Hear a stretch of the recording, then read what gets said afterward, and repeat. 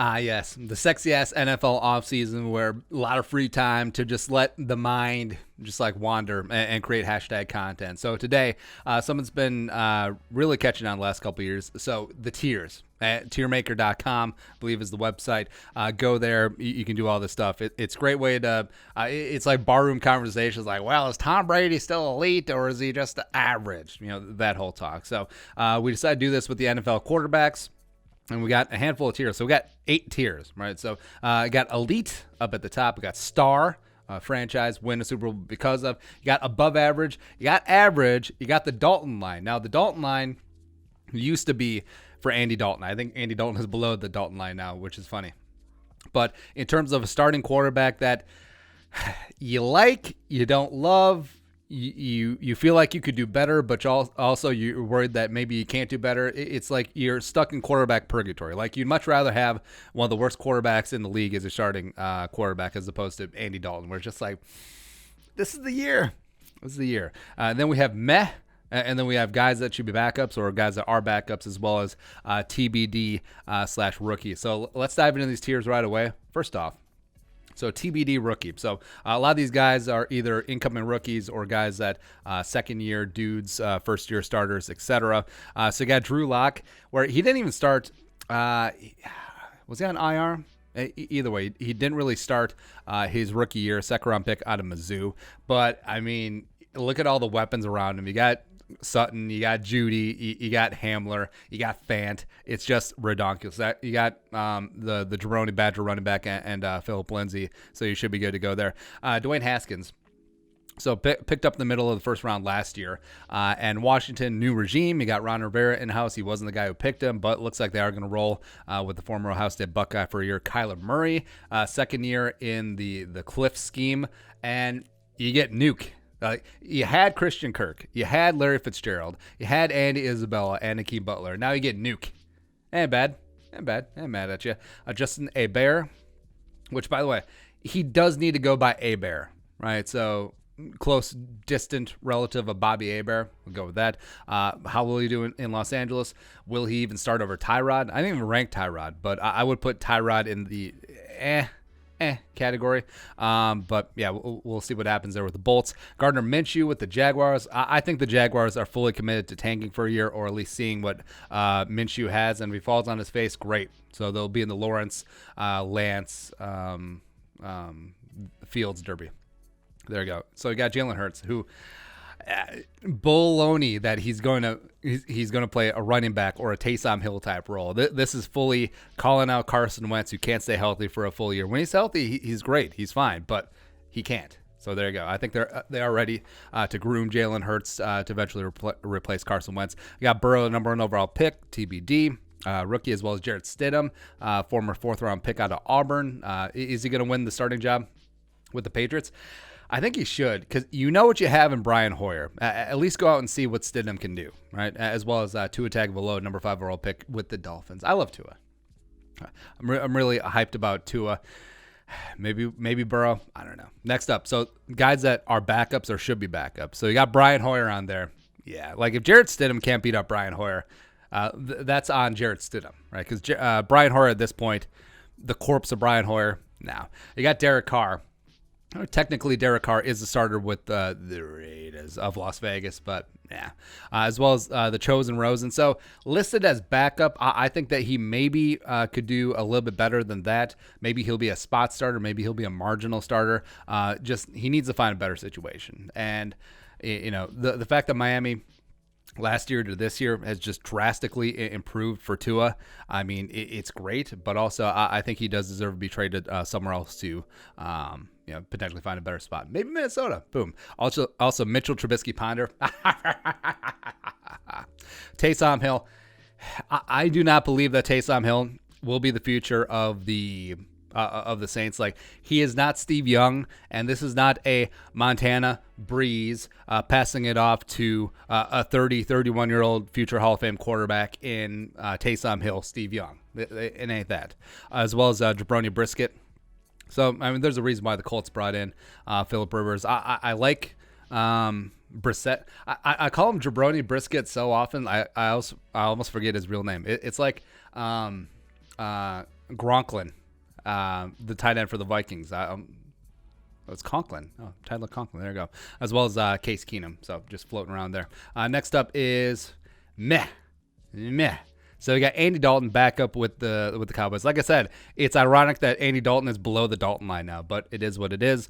Also, I've never been sold on Jared Goff.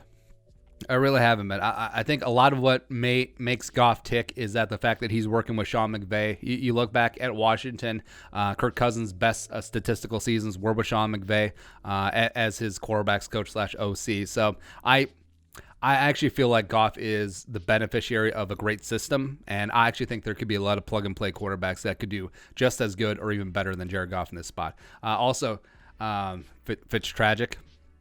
Yeah. Daniel Jones, I'm still not sold on Daniel Jones. The decision-making, I'm not on board. I'm just not. Marcus Mariota, where I actually do think that he is eventually going to take over the starting reins from Derek Carr at some point with the Raiders this year. And can he have a nice little rebirth, a.k.a. what happened with Ryan Tannehill when he came in as Mariota's backup, and then all of a sudden, Tannehill's good. Let's sign him to an extension. There you go. As well as Nick Foles. So, yeah, Chicago's going to have a bit of a rough go of it. There you go. Dalton Line. So, it's always tough with these tiers, too, because you have to factor in what a quarterback was versus what he is right now. So, saying Big Ben is right at the Dalton line, you have to factor in age. You have to factor in injury history.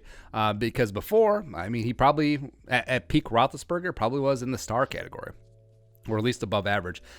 Cam, the same thing, too, where is that shoulder healthy? Can he stay healthy? He does deserve to be in the league somewhere. I just don't know where at this point. Also, so Carson Wentz. When Wentz is healthy, Wentz can play at an MVP adjacent level. But the question is, can he stay healthy for a full 16-game season? It's tough. All right, so Josh Allen, live arm, athleticism, fully on display. Greatly benefit from Stephon Diggs there. I think Buffalo's got a really sneaky good team. I think right now they should be favorites to win the AFC East, but don't cut out my Dolphins. Whew. Maybe it's because I watch so much Ballers. That could be it. Also in that tier, so you got Tannehill, which he played well last year. He was the third-rated quarterback in NFL history for a single season for a reason, right? So Tannehill, respect where it's due there, even though we still call him Tannehill, whatever. Also, Jimmy Garoppolo. If Kirk Cousins had been starting in place of Jimmy Garoppolo in the Super Bowl, Niners win, where I feel like it's a bit of a shame. So you have this great Niners team, a great defense, very solid running game, and what's holding them back is the quarterback. And it's rough. It's rough. Next up, average. So I got Baker on here. A little bit of projecting because based off what he's done so far, you would put him in the Dalton Line or meh category, but I feel like he's got OBJ. He has Nick Chubb. He has Njoku. He has Landry. He has a very solid offensive line in front of him. He's got Kareem Hunt. Now he's got Kevin Stefanski, who's going to be his BFF. I just love the moxie that Mayfield brings, and I think he can piece it together this year and at least be average and eventually come more than that. Got Aaron Rodgers there, right? So I fully understand this is a Vikings channel.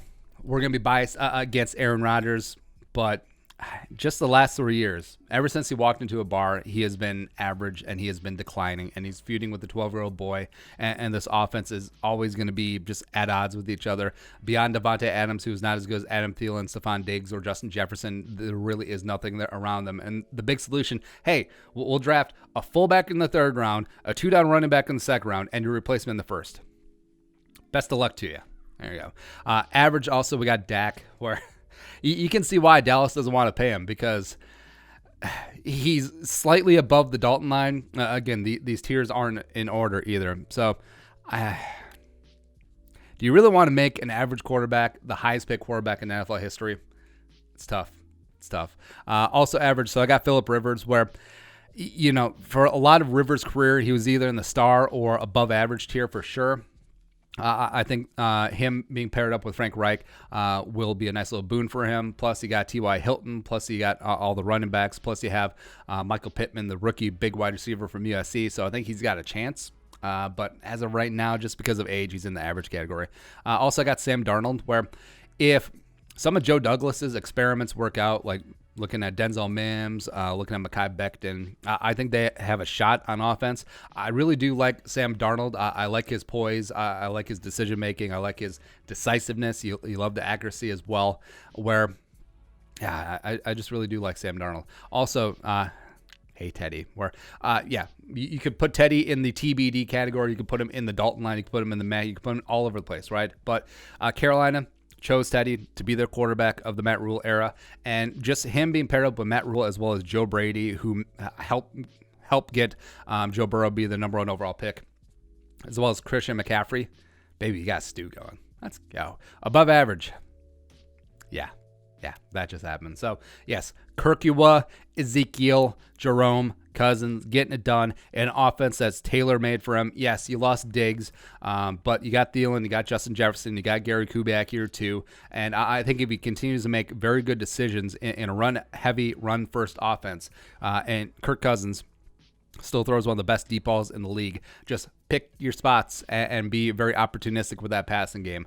I think he will really establish himself as being better than the Kirk that he was before. Just the stat-stuffing jabroni Kirk Cousins. Now he's the uber-efficient leader Kirk Cousins. Let's go. As well as my guy, Deshaun Watson. Yeah, you got rid of Nuke. Yes, you have to deal with Bill O'Brien, but talent is talent. Deshaun Watson is certainly a quarterback on the rise. Star category, or star tier. All right, so Drew Brees, still doing the damn thing. Respect at 97 years old, octogenarian. Matt Ryan probably should have won a Super Bowl. Right? The whole 28-3 thing, which is a shame because Matt Ryan, year in, year out, does play at an extremely high level, doesn't always get all the attention because sometimes Atlanta is out of the playoff picture, out of sight, out of mind, but number 2 always brings it. Is Matt Ryan a Hall of Famer? All right, so my test for a Hall of Famer is you say the name and then you're like, yes, no. So for me, Matt Ryan, yes. Yeah. Man, it's close. Then you got Tom Brady down in Tampa, all those weapons around him. You got Gronk, you got Sean Vaughn, you got the 17,000 tight ends, you got Evans and Godwin and Tyler Johnson. Oh my, get it done. So Tristan Wirfs, as well as that Bucs defense. Super underrated. As well as you got the reigning MVP, Lamar Jackson up there. You could put him in elite. There's still some things with Jackson's arms that I want to see. I still want to see him improve accuracy, but I do love how the Ravens have catered their offense to his skill set, and he really is a dynamic player. He is a leader of men. I love Lamar Jackson. Lastly, elite. 2 guys. So Patrick Mahomes, obviously. You're telling me that a guy 24 years old, first 3 years in the league, didn't even play his first year. League MVP, Super Bowl win, Super Bowl MVP, check. Just amazing. As well as, I hate the Seahawks, but you got to respect Russell Wilson. He is one of the true blue franchise quarterbacks out there. Truly a guy that can carry a team on his back. And, if you just handed the ball off to Marshawn, he's 2-time Super Bowl winning quarterback Russell Wilson. It's so tough. It is so tough. But that is it. That is our tiers for the quarterbacks. Let us know if you disagree. I'm sure you do. Let us know in the comment section below. Subscribe for daily Vikings takes. Want to support the work? Pull us up on the Venmo. Plus give us a follow on social media as well. But until next time, Skull, production value.